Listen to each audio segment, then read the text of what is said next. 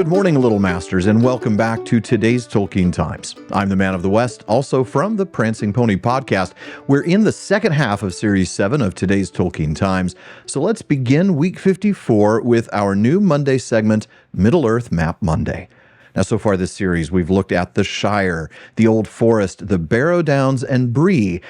And here's the thing, I'm pretty sure you think the next logical item on the list is going to be the Midgewater Marshes or maybe the Weather Hills. But I'm actually stepping aside from the Hobbit's journey to look at another part of the northwest of Middle-earth, just to the west of the Shire this time, the Grey Havens and the region of Lindon.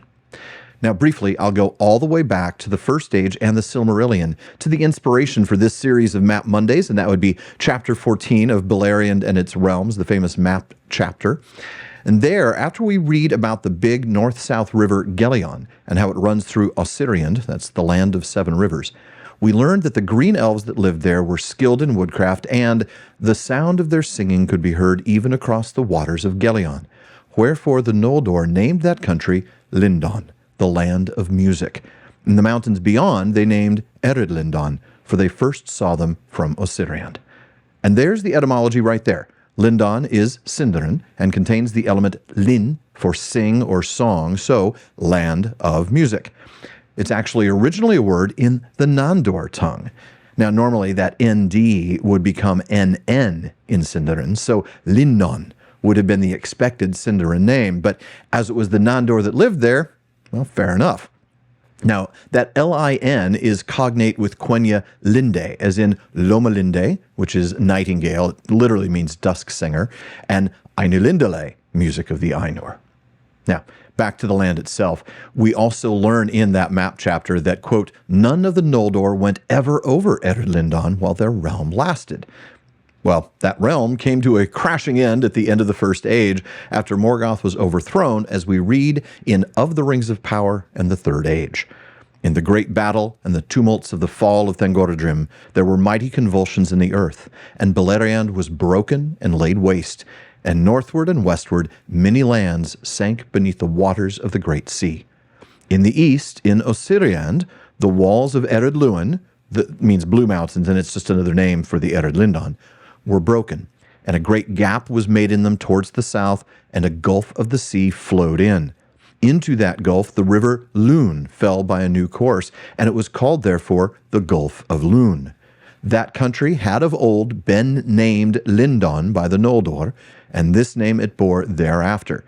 And many of the Eldar still dwelt there, lingering, unwilling yet to forsake Beleriand, where they had fought and labored long.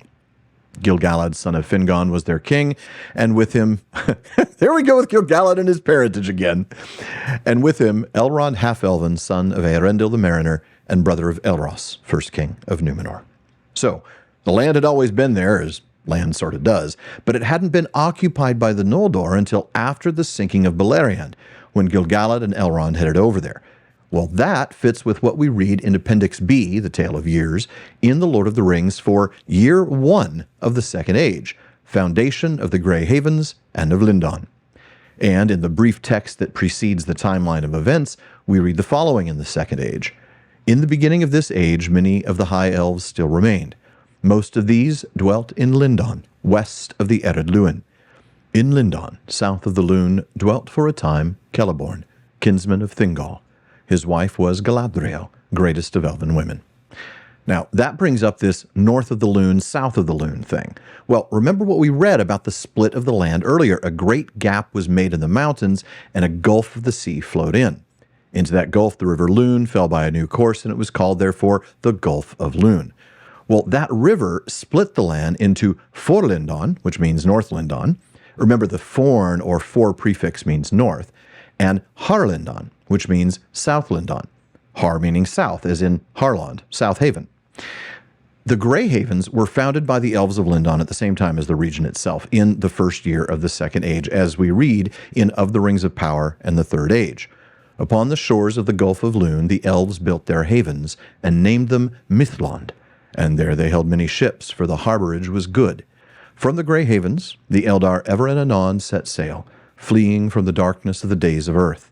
For, by the mercy of the Valar, the firstborn could still follow the straight road, and return, if they would, to their kindred in Eressëa and Valinor, beyond the encircling seas. Now, Mythland is, of course, Sindarin. You should be able to decipher this, frankly, by now. Grey Harbor, right? Myth meaning grey, as in Mithrandir, grey pilgrim or grey wanderer, and Lond meaning harbor, as in Londair, Etheland, and others. Now, while Gil-galad was High King, he ruled over the Noldor from Lindon.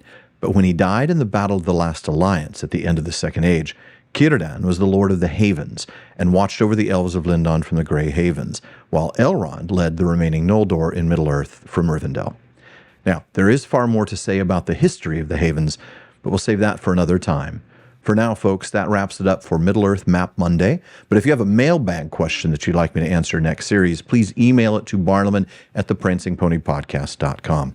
Remember, the reason I'm covering maps this series is because Barliman's bag is pretty much empty.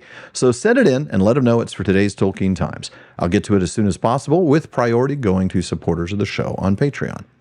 Speaking of my patrons, I am grateful for their support. You guys make it possible for me to invest the time and the resources into producing, researching, writing, recording, editing these episodes.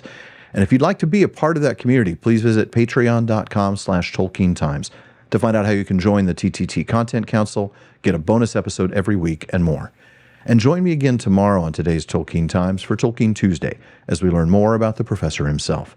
If you're watching this on YouTube, please like and subscribe. Please follow or subscribe in your podcast apps and follow @Tolkien Times on social media. Finally, as Faramir says, go with the goodwill of all good men.